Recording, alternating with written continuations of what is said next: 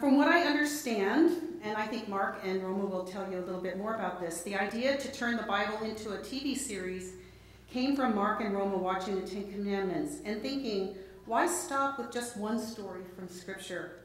Why not try to tell the whole thing? Talk about ambitious and risky and impetuous. Although I think they thought about it more than probably Peter would have. And if you've seen or read about the show, you know just how far they brought those ambitions to fruition. The first episode showed on Sunday, March 3rd, to a staggering 13.1 million viewers, 14.8 when you include replays.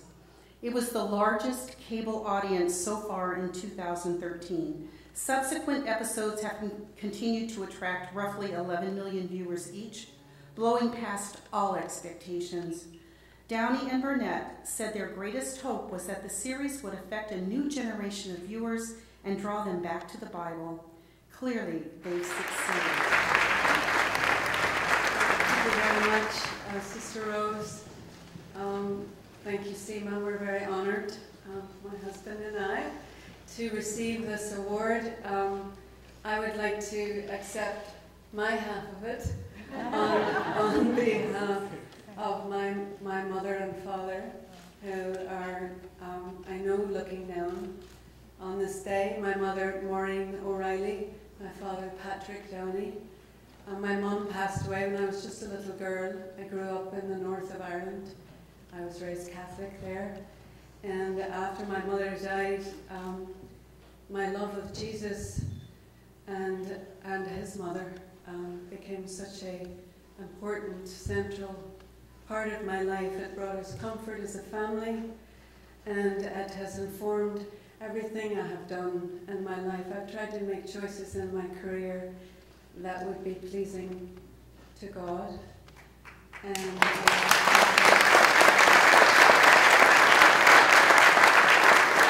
it was my privilege for almost a decade to play an angel on television and to deliver a message every week of God's love. I haven't worked a lot since then. I've been raising a family. Our beautiful daughter Riley is here today. Our two boys couldn't be here, but I felt so moved to bring this to the screen. And we were watching the Ten Commandments, Sister, trying to get our kids to watch, actually. And it was one of the inspirations to do this series.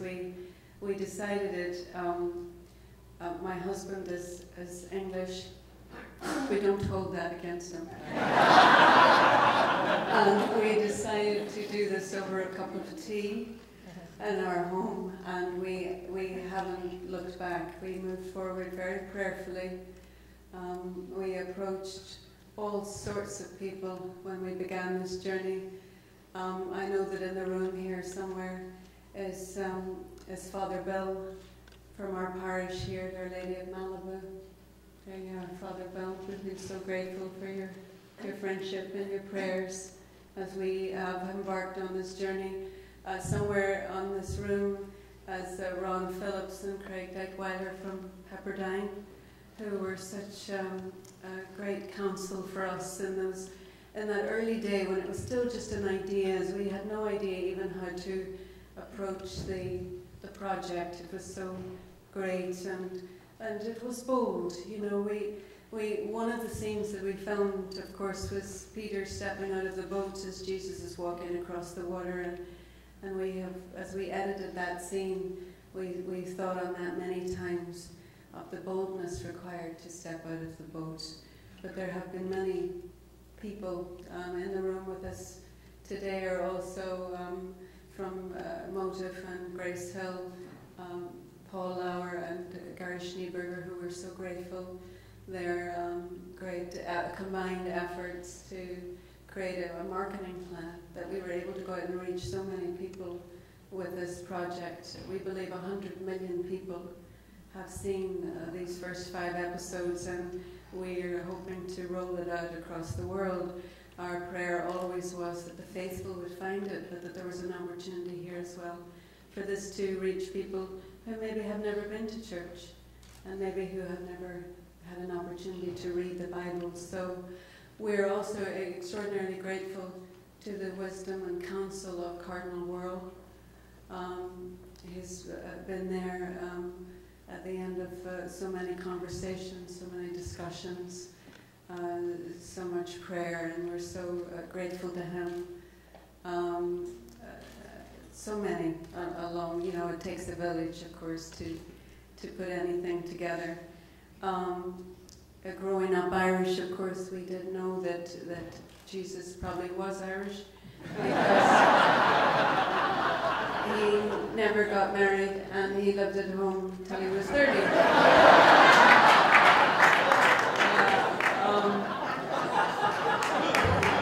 It's terrible, I can't believe I told that. Sister Rose, you're a bad influence.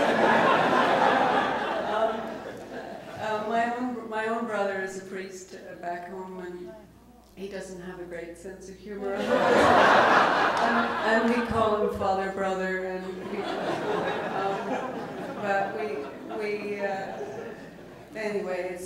we tried to tell the story as one story. You know, we believe that it's one story, and throughout the 10 episodes we tried to weave in that it was really God's story of love for all of us. You will see if you go back in and look that we were also able to use the Hans Zimmer score, which was so beautiful, to echo throughout, to find those moments, so that when the music that's played as Isaac is carrying the wood up the hill for sacrifice with Abraham is the same piece of music that's played later as Jesus is carrying the wood on his walk to Calvary. So that was something that was, that we really wanted to bring. We only had 10 hours, guys. You know, I know that there, you know, people say, well, why didn't you do this and why didn't you do that? You know, we wished we had 1,000 hours. We had 10 hours. In a conversation with Cardinal Worrell, he said he had the vision to see that it was really an introduction to the Bible. And what has been so exciting is to see the country engaged in a dialogue about, you know, the Bible, about faith, about God, about Jesus, and that people have been encouraged by, you know, seeing the film and then going back into Scripture and experiencing it maybe with these visuals and engaging in new and wonderful ways. Mark. Thank you. I'm good. Sorry, I talked.